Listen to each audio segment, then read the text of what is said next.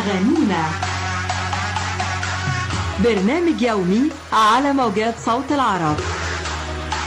إعداد مي عبد الدايم، الإخراج منى نصر. السلام عليكم ورحمة الله وبركاته، وأسعد الله أوقاتكم بكل خير. الزملاء في إذاعة راديو صوت العرب والمستمعين الكرام، أطيب التحايا. معكم سمر الرميمة من اليمن، شاعرة ورئيس تحرير مجلة أقلام عربية.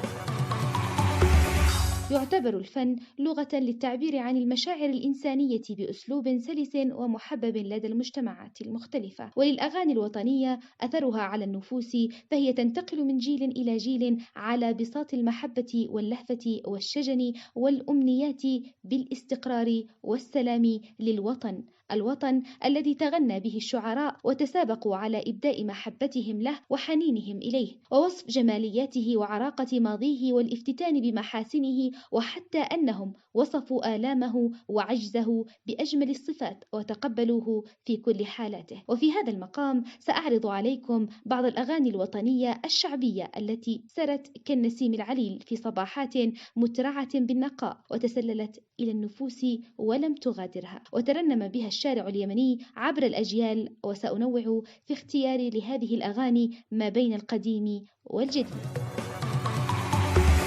الأغنية الأولى بعنوان لمن كل هذه القناديل، كلمات أحمد غالب الجابري، ويعتبر من شعراء العامية البارزين. لحن الكلمات وغناها الفنان أيوب طارش، وهو فنان وملحن وموسيقار، عرف بأغانيه العاطفية والوطنية وبشعبيته الكبيرة في قلب كل يمني، وهو ملحن النشيد الوطني للجمهورية اليمنية. لمن كل هذه القناديل تضوي لمن، وهذه المواويل في العرس تجدو لمن، هل الأرض عاد لها ذو يزن، فعاد الزمان وعادت عدن، لمن لمن لأجل اليمن.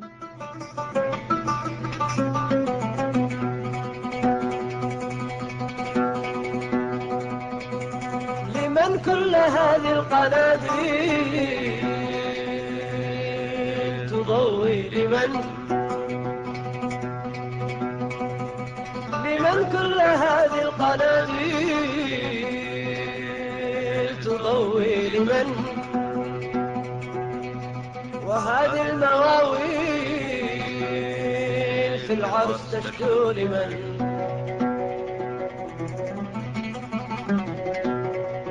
هل الأرض عاد لها ذو يزن، هل الأرض عاد لها ذو يزن، فعاد الزمان فعاد الزمان وعادت عدن.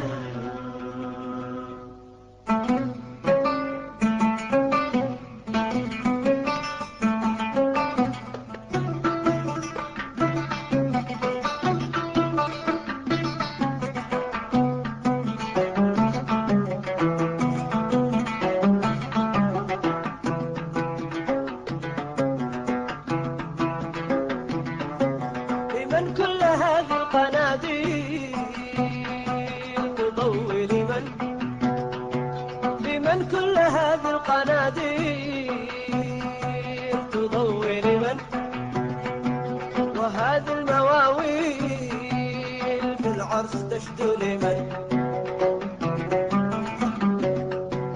هل الأرض عاد لها ذو يزن، هل الأرض عاد لها ذو يزن، فعاد الزمان فعاد الزمان وعادت عدن. لمن لأجل اليمن،